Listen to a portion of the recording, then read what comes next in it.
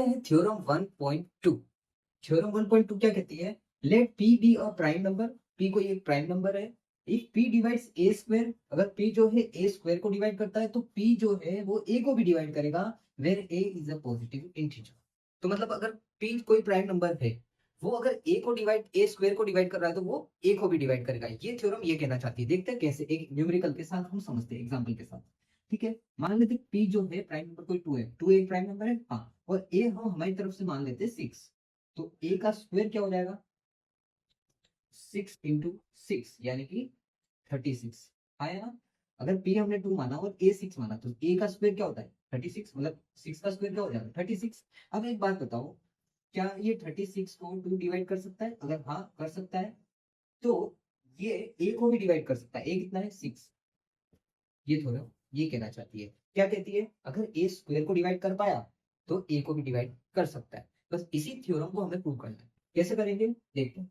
देखो एक बात बताओ, ये जो 6 है और इसका जो स्क्वायर है, 6 का स्क्वायर, वो कैसे बना? 6 इंटू 6 ही बना। अच्छा मैं 6 के फैक्टर्स कर दूं, प्राइम फैक्टर्स कर दूं, 6 के अगर मैं प्राइम फैक्टर्स कर दूं तो क्या बनते हैं?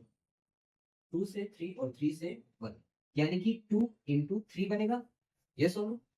अच्छा ये मतलब, अच्छा इस 6 का भी 2 इंटू 3 ही बनेगा, क्योंकि हम जानते हैं थ्योरम 1.1 में हमने क्या सीखा, कोई भी नंबर हो उसके जो प्रोडक्ट्स होते हैं, प्राइम प्रोडक्ट्स होते हैं, प्राइम फैक्टर्स होते हैं, वो यूनिक होते हैं। तो 6 का 2 और 3 ही हो सकता है, उसके अलावा कोई भी नंबर नहीं हो सकता। इसी तरीके से इस 6 का भी क्या होगा?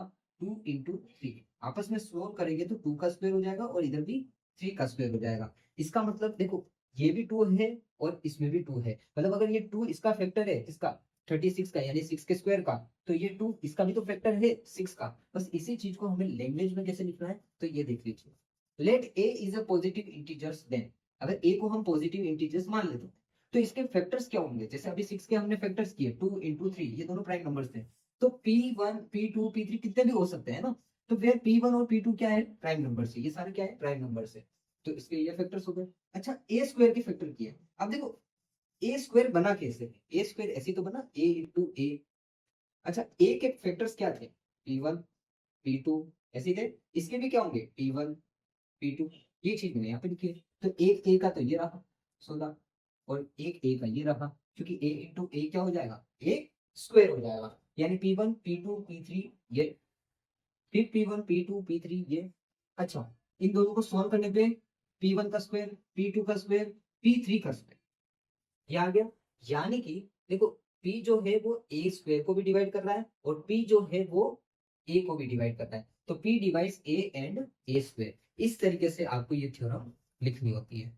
ठीक है, आगे की लैंग्वेज आपकी बुक में दे रखी है, वो भी आप फॉलो कर सकते हो। बाकी ये रहा, मैंने आपको समझा दिया कि ये काम कैसे करता है।